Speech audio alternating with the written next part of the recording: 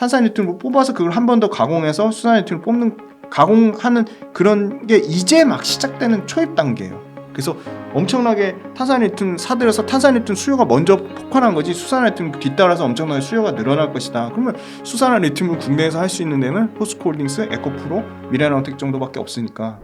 그 아까 포스코홀딩스도 좀 얘기해 주셨는데 포스코홀딩스는 뭐에 좀 주목해야 되는 거예요? 네, 포스코홀딩스는 그 중국 부동산 인프라에 한 20% 정도 영향을 미치고 있거든요. 그래서 중국 경기가 살아나야지. 그러니까 중국의 열연 가격이 너무 그 많이 좌지우지 되는 그런 영향이 있어서 사실 철강을 많이 쓰는 데는 조선하고 자동차인데 건자재 쪽에도 쓰이고요. 건자재 뭐 경기가 너무 안 좋고 조선은 좋은 상황인데 조선의 철강 그 후판을 쓰는 거는 조선은 미리 수주 받아서 미리 선발주를 주거든요. 그러니까 원자재 단을 그런 부분이 있고 자동차는 경기가 좀 사실 좀 내년에 좀 어렵다. 굉장히 좀 자동차 경기는 굉장히 좀 조심스럽게 봅니다. 그래서 자동차 단에서 수요와 공급 단에서 좀 어려울 거라고 보고 있어서 사실 철강 자체 본업은 이렇게 좋지 않은 상황인데요. 근데 재밌는 건 포스코 이제 홈페이지 포스코홀딩스 홈페이지 가면 철강 관련된 거는 이제 뒷전에 있고요. 그래요? 아르헨티나 염호에서 바닷물에서 그걸 뽑아내는 게 메인 그걸로 그렇구나. 나옵니다. 그러니까 그 포스코가 리튬의 포스코도 왕이다. 포스코도 변하는구나. 변하고 있습니다. 진화네요. 진화하고 있습니다. 그래서 포스코는 이제 철강 회사가 아니라 배터리 원자재 앞단의 배터리 원자재 회사로 완전히 지금 탈바꿈되는 과정인데 시장에서 밸류에이션 주는 거는 아직 철강 회사로 주는 것 같아요. 왜냐하면 지금 포스코홀딩스 PER 자체가 사실 2차전지 아까 뭐 양극재나 이런 업체들 보면 아니 포스코홀딩스는 확실한 리튬의 왕인데 그 포스코홀딩스 외에 에코프로나 뭐 미래나노텍 이런 회사들 밸류에이션 보면은 말도 안 되는 밸류에이션인데 포스코홀딩스의 밸류에이션은 지금 보시면 내년 PER 기준으로 5배예요. 그러니까 그 5배라는 의미는 철강 회사다 그 의미거든요, 사실. 그러니까 2차 전지 소재로 전혀 안 보는 거죠. 그러니까 포스코홀딩스 일단 뭐 주가가 최근에 그래도 이제 조금 반응을 보여서 너무 싸긴 한데 엄청나게 그 리튬의 왕으로 아마 엄청나게 성장할 거라고 보고 있는데 또 보시면 뭐 그거 아르헨티나 바닷물에서 언제 상용화해서 언제 양산화 물론 그런 부정적인 의견들도 많은데 그 사실 그 부정적인 의견이나 약간 기술적으로 진입 장벽이 있을 수는 있습니다. 기술적으로 진입 장벽이 있을 수는 있는데 포스코 그룹사 차원에서 사활을 걸고 지금 어떻게 보면 2차 전지를 2030년까지 2차 전지에서만 매출 40조까지 하겠다고 했거든요. 그리고 지금 그 소재단 핵심 소재단을 포스코 아르헨티나 100%, 그다음에 포스코 요게 핵심인데 필바바 리튬 솔루션, 필바바라는 회사랑 이게 조인한 거거든요. 필바바 리튬 솔루션이 82%, 그다음에 그 말씀 주신 재활용 배터리 하는 포스코 HI 클린 메탈이 65%. 그러니까 이거를 가장 핵심 자회사로 어떻게 보면 뭐 포스코 건설이라든지 뭐 그냥 포스코 인터내셔널 무역 상사 이쪽보다는 포스코 필바라 솔루션, 그다음에 포스코 HI 클린 메탈, 포스코 아르헨티나를 핵심 자회사로 지금 키우려고 하고 있거든요. 그래서 2차 전지 소재를 밸류체인을 하면 포스코 케미칼이라는 그 완벽한 양극재 회사가 있잖아요. 그러니까 기본적으로 포스코 케미칼에 갖다 주는 물량만 해도 어마어마한데 이 IRA 법안, 미국의 IRA 법안이랑 유럽의 RMA 법안, 그러니까 IRA 법안을 유럽화한 게 RMA 법안이라고 보시면 되는데 그거 관련돼서 유럽도 중국산을 배제하려는 움직임이 계속 강하게 나오고 있고 그러면 앞단의 원자재도 결국은 호주나 칠레나 아르헨티나랑 하거나 아니면 직접 우리가 캐거나 그러니까 FTA 협정국만 가능한 거니까 그렇게 봤을 때는 포스코 홀딩스에서 추출하는 리튬을 엄청나게 많이 쓰지 않을까. 그래서 지금 보시면은 아르헨티나 염호 매장량이 한 1350만 톤 정도 되는데 그 중에 실제 생산 가능한 거를 아주 보수적으로 잡아서 300만 톤에서 400만 톤만 잡아도 연간 10년 동안 2028년까지 연 한 10만 톤 이상 나올 거라 보고 있거든요. 그럼 연 10만 톤이면 탄산 리튬이 톤당 지금 1억이 넘거든요. 톤당. 그럼 10만 톤이면 약 10조. 그러니까 2040년까지 한 12년 동안 18년 동안 한 10조 이상 계속 연 매출이 리튬으로만. 연만. 네, 1년에 10조. 만약 이렇게 그 상업 생산, 그러니까 아르헨티나 염호에서 상업 생산이 가능하다고 보면 가능하다고 보고 있으니까 포스코가 조 단위로 투자해서 이런 포스코 필바라 리튬 포스코 아르헨티나 염호를 인수했겠죠. 그래서 그게 상업 생산이 300에서 400만 톤 기준으로 한다 치면 그것도 실제로는 매장은 1350만 톤인데 그중에 3분의 1만 가능하다고 본 겁니다. 그러니까 100% 가능하다고 본 것도 아니고 3분의 1에서 4분의 1 가능하다고 본 거를 매출로 나눠보면 2040년까지 한 연매출 10조 그렇게 예상하고 있거든요. 그래서 가장 최근 데이터로 지금 얘네가 예상한 게 일단은 전 세계 리튬 가공 51%를 중국에서 하고 나머지 니켈은 이제 30% 하는데 그 중에 시장 점유율 뭐 5% 이상만 리튬과 니켈 가공해서 가져온다 치면 2차 전지 2030년까지 매출 41조인데 그중에 상당 부분 30% 이상 가까이 되는 게 리튬에서 매출이 나오지 않을까 그렇게 보고 있고 리튬 정제 사업 자체를 뭐 일론 머스크가 돈 찍어내는 면허다라고 할 정도로 리튬 정제에 엄청나게 관심이 갖고 있거든요. 그래서 글로벌 뭐 1등 업체가 앨버마라고 뭐 SQM이라는 업체인데 그런 회사도 주가 보면 최근에 조정은 나오고 있지만 굉장히 가파르게 올라갔고 견조합니다. 그리고 앨버마 CEO도 리튬 가격 그렇게 안 빠질 거다 그렇게 얘기를 했어요. 최근에 인터뷰했습니다. 앨버마 CEO가. 그래서 리튬 가격이 견조하고 리튬을 실제 이렇게 해서 정제해서 가공해서 원자재 딴 밸류체인 할 수 있는 회사가 국내는 일단 수산화 리튬을 만드는 회사가 포스코홀딩스, 에코프로, 미네나노텍인데 그중에 압도적인 자본력이랑 실제 이 양극재 회사를 자회사로 갖고 있는 회사는 미네나노텍은 일단 뭐 양극재 회사도 없고 규모도 워낙 제일 작고 그래서 포스코홀딩스나 에코프로는 좀 다른 관점으로 봐야 될 것 같고 근데 에코프로비엠은 2차 전지에 대한 밸류에이션이 들어가 있는 상황이고 포스코홀딩스는 PER 5배라는 거는 철강회사로 본다는 거고요. 그래서 내년에 2020 정말 빠르면 아르헨티나 염수 1차 생산 공장이 내년부터 이제 그 삽을 뜨기 시작해서 2024년에는 일단 1차 생산 공정만 진행돼도 한 아르헨티나 염호에서 매출 한 2조 정도 나오지 않을까 그렇게 예상하고 있고 2단계가 완료되는 25년에는 수산화 리튬이 한 8.3만 톤까지 생산되면 이게 그 한 만 톤당 한 2조? 1조 정도 본다면 한 8만 톤이면 한 8조까지 그렇게 늘어날 걸로 매출 예상하고 있거든요. 그래서 수산화 리튬 관련돼서는 2030년까지 30만 톤 중에 수산화 리튬만 27만 톤까지 그러니까 캐파가 뭐 기하급수적으로 연평균 한 50%씩 성장한다고 보시면 될 것 같아요. 아르헨티나 리튬에서 매출은 그럼 얼마 정도 성장하는 거예요? 그러면 이제 8.3만 그러니까 2024년에 매출 1.8조면 2030년까지는 수산화 리튬 27만 톤이면은 한 20배 정도 20배 넘게 늘어난다고 보면 한 20조가 한 25조 정도 될 것 같습니다. 수산화 리튬으로만 한 25조 정도. 2030년에. 근데 가장 빠른 매출 잡힐 거라고 예상하는 게 2024년에 1조 8천억이니까 25조면은 약 한 12배 정도는 성장한다고 보는 거죠. 한 7년 동안. 2030년까지. 그러면 그게 한 연평균으로 나눠보면 한 50% 정도 성장 매출 나올 거라고 보고 있습니다. 연 50%씩? 연 50%씩 매출이. 리튬에서만. 계획은 그렇게 잡혀 있거든요. 그게 가장 빨리 매출 나오는 게 2024년으로 보고 있으니까 일단 2024년까지 매출 2조가 추가되는 거고 2030년까지는 2차 전지에서만 41조 매출 예상하는데 그중에 리튬이 아마 한 25조에서 한 27조 되지 않을까. 그러면은 포스코 지금 1년 매출이 얼마냐면요. 포스코가 지금 1년 매출이 올해 같은 경우 한 85조 예상하고 있거든요. 그럼 이제 100조가 넘는 거죠. 100조에서 한 120조까지 보고 있는 거죠. 리튬 사업으로만. 합쳐가 전체 포스코 매출이. 1년? 네, 1년 전체 포스코 매출이. 와, 그렇구나. 네.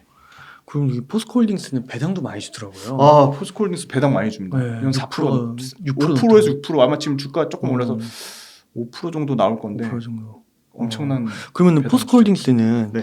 셀 소재 장비 중에 소재로 보는 건가요? 포스코홀딩스는 네 원자재로 보시면 될 것 같아요. 원자재 소재로 보고. 네, 원자재로 보시면 될 것 같아요. 소재라고 보는 게 맞을 것 같습니다. 맞을 것 같고. 네. 그럼 포스코홀딩스도 투자하면 괜찮을까요? 아까 소재 쪽에 한 4대장을 매기셨잖아요. 네. 근데 거기에 포스코홀딩스나 에코프로 네. 또 들어갈 수 있을까요? 당연히 들어간다고 보고 있고요. 정말 5년 이상의 긴 그림을 보면 솔직히 말씀드리면 포스코케미칼과 LG화학은 1, 2년의 그림이라고 보고 있고 왜냐면 아마 2, 3년 뒤면 성장률 자체, 좀 줄어드는. 성장률 자체가 둔화되는 국면이 음. 나올 거라고 보고 있어요. 그리고 벌써부터 지금 양극재에 대한 중국이 그 얘기를 했거든요. 지금 공급이 그 3배 이상 늘어날 것이다. 2025년까지. 그러면 공급이 3배 늘어나면 수요도 3배가 늘어나야 되는데 수요는 1.5배밖에 안 늘어날 것이다. 소재단에서. 그러면 1.5배 이상의 갭 차이가 나면 초과 공급이 나서 가격이 빠질 것이다. 그렇게 얘기를 했거든요. 근데 물론 그건 중국에 대한 해당되는 얘기고 북미랑 유럽 시장은 별도로 봐야겠지만 그만큼 양극재 단에서는 2025년하고 26년에 한번 고점, 그러니까 소위 말하는 캐파 증설의 정점을 찍을 거로 보고 있는데 포스코홀딩스가 하는 이 수산화 리튬 관련돼서는 사실 더 긴 그림이거든요. 2030년을 바라보고 하는 그림이라서 포스코홀딩스가 초장기 관점에서는 훨씬 더 중장기적으로 매력이 있는 거죠. 그리고 포스코홀딩스는 밸류에이션 자체가 2차전지 밸류를 전혀 못 받고 있으니까.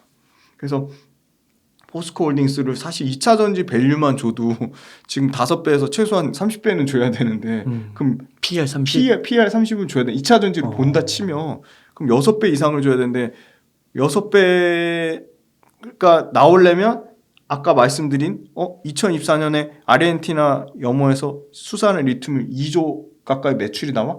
그러면 PER 30배까지는 아니더라도 최소한 15배 이상은 주지 않을까요? 왜냐면 포스코 케미칼도 2차 전지단에서 전혀 주목을 못 받다가 아까 말씀드린 PER 지금 75배까지 올라왔거든요. 그 전엔 몇이었어요? 그 전에는 PER 20배도 안 됐죠. 포스코 케미칼 같은 경우는. 그렇구나. 예, 옛날에 그 철강의 부산물도 있잖아요. 뭐 소속해라든지 뭐 그거 할 때는 PER 15배 정도였거든요. 근데 지금 70배까지 올라온 거 보면 그럼 주가가 몇 배가 오른 거죠? 15 PER 15에서 포스코 케미칼 같은 경우는 지금 주가가 70까지. 바닥권에서 한번 볼게요. 네. 2000%가 올랐어요. 20배? 네, 20배. 10년 동안. 그렇구나. 네. 근데 포스코 홀딩스 10년 동안 얼마 오른지 아십니까? 안 움직였나요, 혹시? 100% 올랐습니다. 116%. 그러니까 포스코 홀딩스는 진짜 길게 보면은 엄청나게 룸이 많이 남아 있는 거죠. 그리고 사실 이 수산화 리튬이 그 탄산 리튬보다 정제 공장이 한 번 더 들어가야 되고 가격도 원래 훨씬 더 비싸야지 맞아요. 높은 단가를 받아야 되고 공급도 딸리는 굉장히 수요 공급 딸리는 상황인데 지금 중국에서 박리담회로 소형 전기차를 엄청 생산해서 탄산 리튬을 먼저 갖다 쓴 거예요. 그러니까 중국 배터리 기업이 연 50만 톤씩 그 LFP 배터리를 생산하니까 탄산 리튬을 막 갖다 쓰는데 탄산 리튬을 먼저 시세 폭등이 나온 거예요. 수산화 리튬은 시세 폭등이 나오지도 않았어요. 수산화 리튬이 예를 들어 키로당 37달러 수준이고요. 탄산 리튬이 키로당 한 42달러 수준이거든요. 근데 LFP 배터리는 결국은 주행거리도 떨어지고 성능도 떨어지거든요. 그러면 하이니켈로 가야 되는데 LFP 배터리보다 폐배터리 재활용 문제에서도 환경적으로 LFP 배터리보다는 하이니켈 양극재가 좀 더 환경적으로 안전하다고 보고 있고 주행거리 성능 모두 LFP 배터리보다는 하이니켈이 우선인데 그럼 하이니켈에 들어가는 거는 탄산 리튬이 아니고 수산화 리튬이거든요. 그러니까 수산화 리튬의 가치는 가격이 당연히 올라가야지 맞다고 업계에서 보고 있고 본질적으로 수산화 리튬이 더 고성능이기 때문에 배터리 정제가 어렵기 때문에 더 기술 진입 장벽이 있는 거고 그리고 수산화 리튬도 그 염호에서 채굴하는 거랑 그 광석에서 채굴하는 거 두 가지 방법이 있는데 일단 광산 채굴보다 염호 채굴이 많으니까 염호에서 먼저 탄산 리튬 먼저 뽑아서 수산 리튬으로 바꾸는 공정 자체를 탄산 리튬으로 뽑아서 그걸 한 번 더 가공해서 수산 리튬을 뽑는 가공하는 그런 게 이제 막 시작되는 초입 단계예요. 그래서 엄청나게 탄산 리튬 사들여서 탄산 리튬 수요가 먼저 폭발한 거지 수산 리튬 뒤따라서 엄청나게 수요가 늘어날 것이다. 그러면 수산 리튬을 국내에서 할 수 있는 데는 포스코홀딩스, 에코프로, 미래나우텍 정도밖에 없으니까 포스코홀딩스가 자본력이나 포스코 그룹사에서 사활을 걸고 지금 리튬의 왕이 되려고 하고 있으니까 잘 될 수밖에 없다고 보고 있습니다. 근데 그게 실질적으로 매출과 이익이 숫자로 찍히는 거는 내년이 아니라 내후년에 반영이 되니까 내년에 조금 포스코홀딩스가 선반영돼서 주가가 움직이지 않을까. 그럼 만약에 그 2030년까지의 계획이요. 네. 그 발표한 것처럼 그대로 실현이 된다고 하면 네네. 혹시 뭐 주가도 어느 정도 이렇게 예상을 해볼 수가 있나요? 오르는 거? 아까 그쵸. 포스코 케미칼 그쵸, 같은 그쵸. 경우처럼 네네. 많이 오를 것 같은데. 네. 근데 포스코홀딩스가 특징이 너무 무겁잖아요. 그리고 막 그 리튬 관련된 거를 좀 더 적극적으로 이렇게 소위 말하는 주식을 홍보하는 여러 가지 모멘텀 이슈 펀더멘털이 아무리 그러니까 펀더멘털이나 그런 게 아무리 좋아도 결국은 재료가 붙어야 되잖아요. 근데 사실 그 포스코홀딩스 측면에서는 포스코 케미칼보다 전혀 포스코홀딩스가 주목을 못 받은 부분이 있거든요. 그래서 밸류에이션 측면만 봤을 때 2차 전지 전체 지금 소재가 받는 평균 PER 내년 거를 땡겨와서 한 약 30배에서 40배라고 치면 정말 긴 호흡으로 뭐 3년 5년을 투자한다고 치면 2차 전지 매출 2030년까지 40조 하겠다고 했거든요. 2차 전지 앞부분에 원자재 딴 매출을. 그럼 40배를 40조까지 한다고 치면 그 정도 밸류에이션 PER 20배는 받아야 되지 않을까. 그러면 5년 그림으로 놓고 봤을 때는 PER 지금 5배, 철강주 PER밖에 못 받는 게 4배 이상의 밸류 정말 순수하게 딱 밸류에이션으로만 봤을 때는 2차 전지 소재로 평가한다면 뭐 4배 이상 주가 상승 여력이 있는 거죠. 단순 계산하면. 근데 수산화 리튬 만들 수 있는 데가 앞으로도 세계에서 더 늘어날까요? 그건 절대 아니라고 보고 있거든요. 다른 데가 삼성전자나 하이닉스가 리튬 사업을 할까요? 그건 아니라고 보고 있고 리튬이 어떻게 보면 철강보다 더 고마진의 사업이고 그때 2020년에 철강은 여전히 경쟁이 치열한 상황이고 여전히 중국의 저가 철강이랑 경쟁하던 상황인데 PER 15배를 줬다는 거는 이익이 지금 뭐 매출단에서 지금 이제 시작 단계에서 벌써 2조 매출 예상하고 있고 10%만 이익 잡아도 2천억이 애드되는 건데 10% 이상 지금 보고 있기 때문에 그럼 산술적으로 5년 봤을 때 포스코홀딩스는 IR 열심히 하고 계속 여기서 오히려 철강 비중을 더 확 줄이고 리튬에 대한 포지션을 더 늘린다고 하면 PER 15배까지는 줄 수 있지 않을까. 보수적으로 잡아도 과거에 철강 최근 7, 8년 동안 철강으로만 PER을 15배 받았을 때가 있으니까 리튬은 거기도 못해도 프리미엄 20, 30%는 줘야 된다고 보고 있습니다. 그러면 포스코홀딩스도 좀 장기적인 시각에서 네네. 계속해서 좀 모아가도 네, 괜찮을까요? 네, 장기적인 시간에서 모아가기 딱 좋은 주식이라고 보고 있습니다. 딱 좋은 거. 네, 좋습니다. 그 다음에 이제 마지막으로 고려아연. 네, 네. 포스코홀딩스만큼 고려아연이 진짜 재미난 회사인데요. 네. 네. 그 고려아연 소개해 줄 때 네, 포스코홀딩스만큼 재미난 기업이라 했잖아요. 네네. 그 포스코홀딩스의 재미난 점이 뭐라고 생각하시나요? 그 리튬이라는 그 리튬의 진짜 돈 되는 면허다라고 할 정도로 일론 머스크가 얘기할 정도로 리튬이 앞으로 진짜 이렇게 폭풍 성장하는 산업이기 때문에 재미난 산업이라고 했고 굉장히 무거운 어떻게 보면 중후장대 철강 산업에서 가장 핫한 2차 전지 산업을 변하는 트렌드가 변화된다는 거에서 재미난 산업이라고 했습니다. 그만큼 또 그만큼 흥미로우면서 그런 부분이 당연히 주가에 반영이 되거든요. 굉장히 포스코홀딩스 입장에서는 이게 가시화되고 계속 숫자가 찍히고 여러 가지 정부 정책이 나오고 이슈화되면 엄청 탄력 있게 움직이지 않을까. 2차 전지가 뭐 LNF나 에코프로빔이 사실 탄력 있게 움직인 거가 5년 내내 탄력 있게 움직였을까? 그건 아니라고 보고 있거든요. 네. 딱 탄력 있게 움직인 구간이 있거든요. 그 구간이 포스코홀딩스도 분명히 올 거라고 보고 있습니다. 장기간 5년 이상을 투자한다는 긴 호흡을 봤을 때 5년 내내 조금씩 오르기보다는 갑자기 이렇게 확 튀는 구간이 있지 않을까. 그거 숫자는 당연히 리튬과 관련된 매출이 찍히는 순간이 아마 선반영돼서 가파르게 팍 오르는 구간이 있을 거로 보고 있습니다.